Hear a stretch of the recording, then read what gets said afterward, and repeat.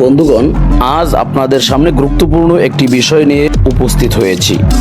প্রতি বছর 2 বিলিয়ন কেজির থেকেও বেশি ভেড়ার পশম সংগ্রহ করা হয়।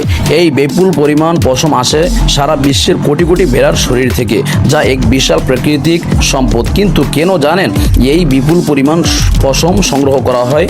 এই পশম দিয়েই তো আপনার জন্য আরামদায়ক ও গরম কাপড় বানানো হয়। কিন্তু ভেড়ার লোম থেকে কিভাবে এত সুন্দর এবং টেকসই কাপড় তৈরি হয় সেটা কি জানেন? আজকে আমরা সেই পুরো প্রক্রিয়াটি দেখাবো। আর এর জন্য আমাদের যাত্রা করতে হবে নিউজিল্যান্ডে। তাদের বিস্তীর্ণ সবুজ মাঠ আর পরিমিত জলবায়ু ভেড়া পালনের জন্য এক কথায় অসাধারণ। পশম তৈরিতে তারা পুরো বিশ্বে 3 নম্বরে অবস্থান করেছে।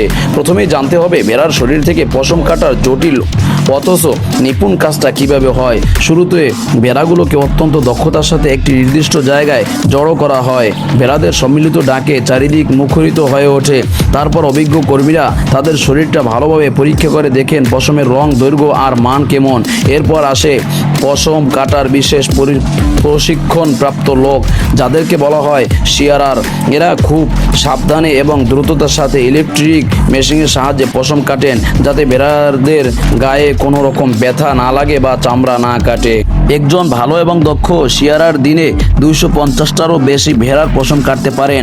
এই গতি আর দক্ষতা বহু বছরের অনুশীলনের ফল। তার মানে একটি ভেড়ার জন্য সময় লাগে মাত্র 1 থেকে 2 মিনিট। এই কাজের আসল কৌশল হলো ভেড়াটাকে শান্ত করে সঠিকভাবে ধরে রাখা, যাতে সে ভয় না পায় বা তার কোনো শারীরিক অসুবিধা না হয়। নিউজিল্যান্ডে প্রথমে পেটের দিকে ছোট আর ময়লা পশমগুলো কেটে ফেলে দেওয়া হয়, কারণ পেটের দিকের পশমে ময়লা এবং কাটা জাতীয় জিনিস লেগে থাকার সম্ভাবনা বেশি থাকে, তাই এগুলোর দাম একটু কম হয়। তারপর পিঠের পশম কাটা হয়। পিঠের পশমগুলো দেখতে ধবধবে সাদা আর খুব ভালো মানের হয়। শিয়ারার অত্যন্ত মনোযোগ দিয়ে ভেড়ার গা থেকে পশম কাটেন। এরপর শিয়ারার মেশিনের একটি লম্বা টান দেন, অর্থাৎ ভেড়ার মেরুদণ্ড বরাবর লম্বালম্বি ভাবে পশম কাটেন। তারপর মুখের আর কানের কাছের পশমও যত্ন সহকারে কেটে দেন। একটি ভেড়ার কাজ শেষ হলে সেটিকে ছেড়ে দিয়ে শিয়ারার আরেকটি ভেড়ার দিকে এগিয়ে যান। এভাবেই তারা সারা দিন ধরে পশম কাটেন আর প্রতিটি ভেড়ার জন্য নির্দিষ্ট পরিমাণ টাকা পান।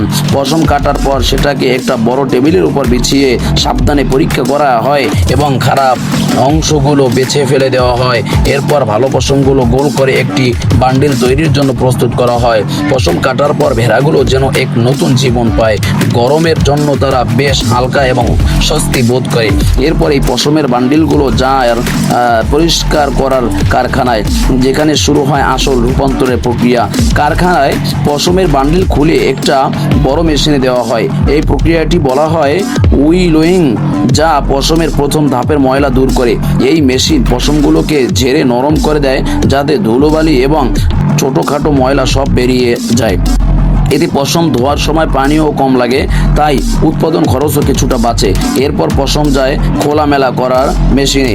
এই মেশিন অনেকগুলো দাঁতের মতো কাটা আর জালের মতো অংশ থাকে, যেগুলো পশমকে ঝাঁকিয়ে পুরোপুরি আলগা করে দেয়। এর ফলে পশমের গায়ে শক্তভাবে লেগে থাকা মাটি বা অন্যান্য ময়লা সম্পূর্ণ সরে যায় আর পশমের সরু লোমগুলো একে অপরের থেকে আলাদা হয়ে যায়। এরপর পশমকে গরম পানির বড় গামলায় চুবানো হয়। প্রায় 77 থেকে 82 ডিগ্রি সেলসিয়াস গরম পানিতে হালকা সাবান মিশিয়ে পশম ধোয়া হয়, যাতে পশমের গায়ে থাকা প্রাকৃতিক তেল আর ময়লা সব পরিষ্কার হয়ে যায়। এই প্রাকৃতিক তেল, যাতে ল্যানোলিন বলা হয়, সেটি ভেড়াকে জলরোধী রাখে, কিন্তু কাপড় তৈরির আগে একে অপসারণ করা জরুরি। প্রত্যেকটা গামলার নিচে এমন একটি স্বয়ংক্রিয় ব্যবস্থা থাকে, যাতে ময়লা পানি দ্রুত বেরিয়ে যেতে পারে। প্রথম গামলা থেকে শেষ গামলা পর্যন্ত পরিষ্কার পানি অবিরাম চলতে থাকে আর পশমগুলো ধাপে ধাপে পরিষ্কার হতে থাকে। পশম পরিষ্কার করার জন্য প্রথমে 3টি গামলায় সাবান পানি ব্যবহার করা হয়, যা পশমের তেল দূর করতে সাহায্য করে। পরের 3টি গামলা ব্যবহার হয় শুধুই পরিষ্কার পানি দিয়ে ধোয়ার জন্য। বেশি সাবান দিলেই যে পশম বেশি পরিষ্কার হবে ব্যাপারটা তেমন নয়, বরং অল্প পরিমাণে সঠিক অনুপাতে সাবান দিতে হয়, যাতে পশমের প্রাকৃতিক মান ঠিক থাকে। কম সাবান দিলে পশম ভালোভাবে পরিষ্কার হবে না, আবার বেশি দিলে এর মধ্যে একটা চটচটে ভাব থেকে যেতে পারে। এরপর 4 নম্বর গামলায় আসার আগে আগেই পানি অনেকটাই স্বচ্ছ হয়ে যায়, আর একদম শেষের গামলার পানি এতটাই পরিষ্কার থাকে যে গামলার তলা পর্যন্ত দেখা যায়। এই ধাপে পশমের সব সাবান আর দূষিত পদার্থ ধুয়ে যায় এবং এটি শুকানোর জন্য একদম তৈরি হয়ে যায়। শুকানোর জন্য পশমকে একটা বিশাল আকারের গরম বাতাসের চেম্বারে ঢোকানো হয়। এই মেশিনে নিয়ন্ত্রিত তাপমাত্রায় গরম বাতাস ব্যবহার করা হয়, আর বড় পাখা দিয়ে সেই বাতাস ঘুরতে থাকা ড্রামের মধ্যে ছড়িয়ে দেওয়া হয়। এই ড্রামের বিশেষত্ব হলো এটা খুব তাড়াতাড়ি পশম শুকাতে পারে আর প্রচলিত পদ্ধতির চেয়ে জায়গায়ও খুব কম লাগে। এখান থেকে বেরোনোর পর পশম আবারও পরীক্ষার জন্য যায়, যেখানে কারখানার দক্ষ কর্মীরা সুশৃঙ্খল পুঙ্খানুপুঙ্খভাবে দেখেন যে এর মধ্যে খারাপ কিছু রয়ে গেল কিনা, যেমন অন্য রঙের সুতো বা অন্য কোনো বস্তুকণা। অনেক সময় ভুলবশত খড় বা ছোট কাঠের টুকরো থেকে যেতে পারে, যেগুলোকে নিপুণ মতে বেছে করা হয়।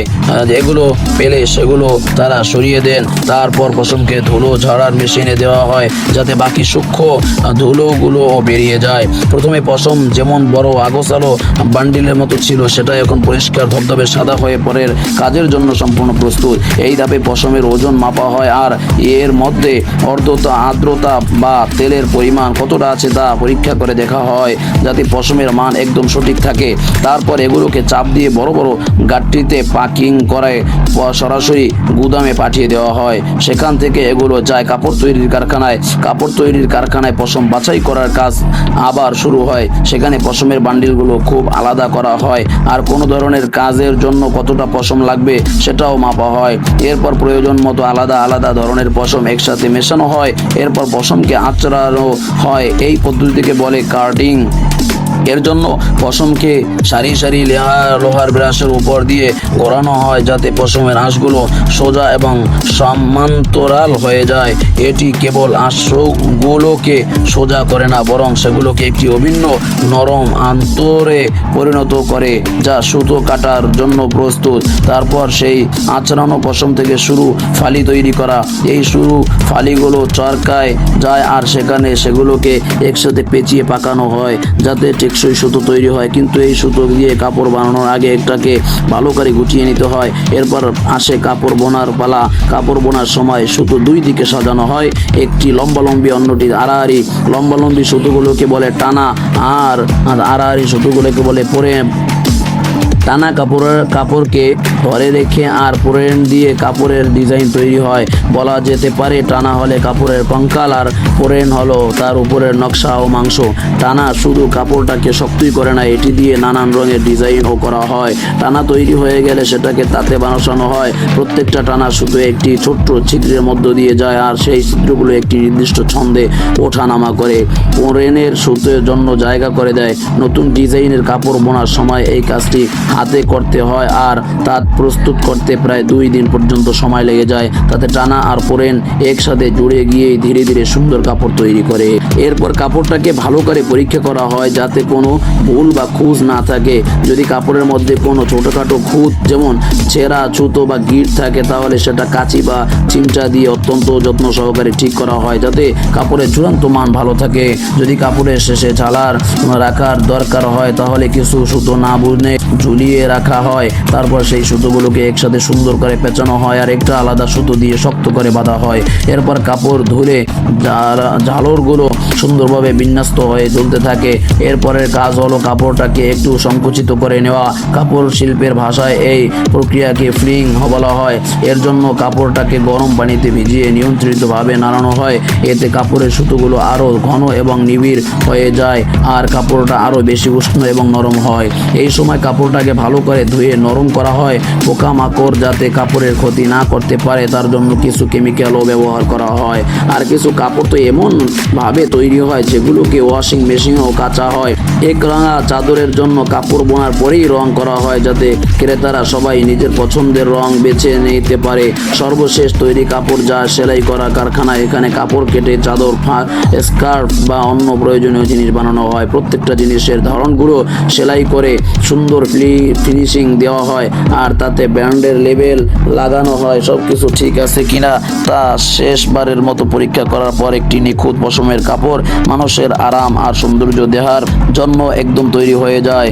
তাহলে দেখলেন তো, ভেড়ার শরীর থেকে পাওয়া এক পশম কতগুলো ধাপ পেরিয়ে কিভাবে আমাদের ব্যবহারযোগ্য একটি সুন্দর কাপড়ে পরিণত হয়। এই পুরো কাজটা আপনার কেমন লাগলো সেটা কমেন্টে জানাবেন। ভিডিওটা ভালো লাগলে লাইক দিন এবং আপনার বন্ধুদের সাথে শেয়ার করুন।